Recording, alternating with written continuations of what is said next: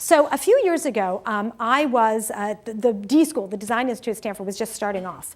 And there was the first year, there was a boot camp class. And there was a whole cast of thousands of people teaching the class. And I was asked to teach 1 week that focused on entrepreneurship.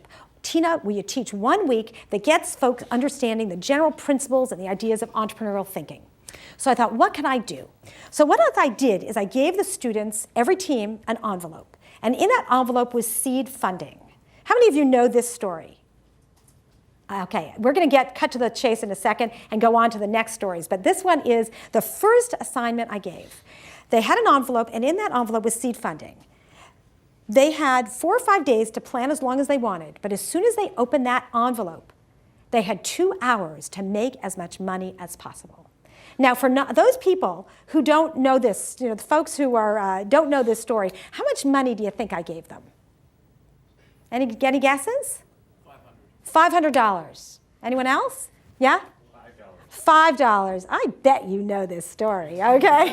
Yeah, I know you know this story. So, okay, let's cut to the chase here. I gave them $5 and 2 hours to make as much money as possible. So, what would you do if you were given this challenge? What would you do? Think about it. Does anyone have any ideas? Any thoughts? Organize a party. Organize a party. Invite everyone. Are you going to basically charge people? Absolutely. Absolutely. You're going to charge people to come to your party. Love that idea. Great. I'd love to come. How much are you going to charge people? $10. $10. And how much is the party going to cost? About $50. About $50. So you only need 5 people. You break even. Okay, good. Anyone else? Another idea? What you might do with $5 in 2 hours? First of all, you guys get gold stars because usually when I ask that question, the first thing anyone ever says is go to Las Vegas or buy a lottery ticket. Really, they feel like, well, I should take a really high risk for earning a big reward. Of course, we all know that the high likelihood is that you're going to walk away with nothing. Well, let me tell you the clue. The teams that made the most money didn't use the $5 at all. They realized that the $5 was actually a limitation. They realized that that framed the problem way too tightly, and that if they looked at the skills they had and the opportunities around them, that was worth a lot more. So with that in mind, what do you think you would do? Any thoughts? Okay. Since you're being shy, I'm going to tell you. I'm going to give you a couple of examples. One team set up a stand in the middle of the student union here at Stanford in front of Tressidor. And they put up a little sign that said, we will measure your bicycle tire pressure for free. But if you need air in the tires, we will charge you $1. Pretty cool? Well, first they thought they were taking advantage of their fellow classmates because people could go around the corner and easily get their bicycle bike tires pumped up for free. But you know what? They realized halfway through the 2 hours that people were incredibly appreciative. And so what they did is they stopped asking for $1. And halfway through, they asked for donations instead. And you know what happened? People paid them much more. And they walked away at the end of 2 hours with a couple $100.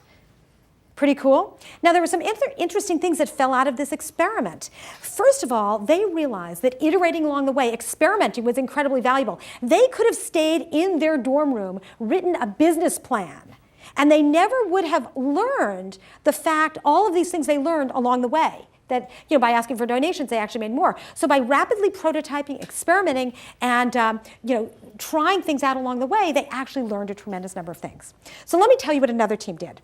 Another team realized that on Saturday night, there were all of these restaurants in Palo Alto that have really, really long lines.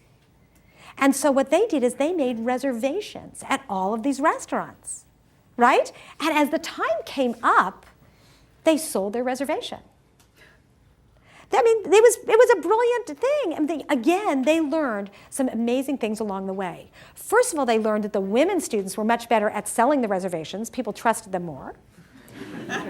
And second of all, they realized this worked best in the restaurants that have the buzzers that tell you when your restaurant reservation time is up, right? Because it was almost like a reverse hand grenade. It was something, here, take this, it's going to go off.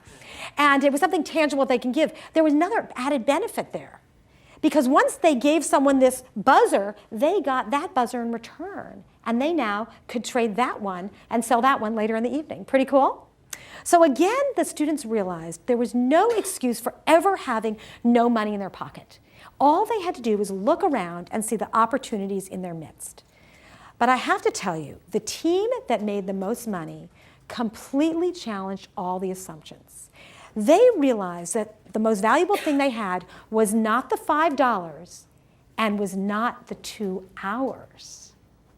The most valuable thing they had was their 3-minute presentation time in class, which they sold to a company that wanted to recruit those students. Pretty amazing?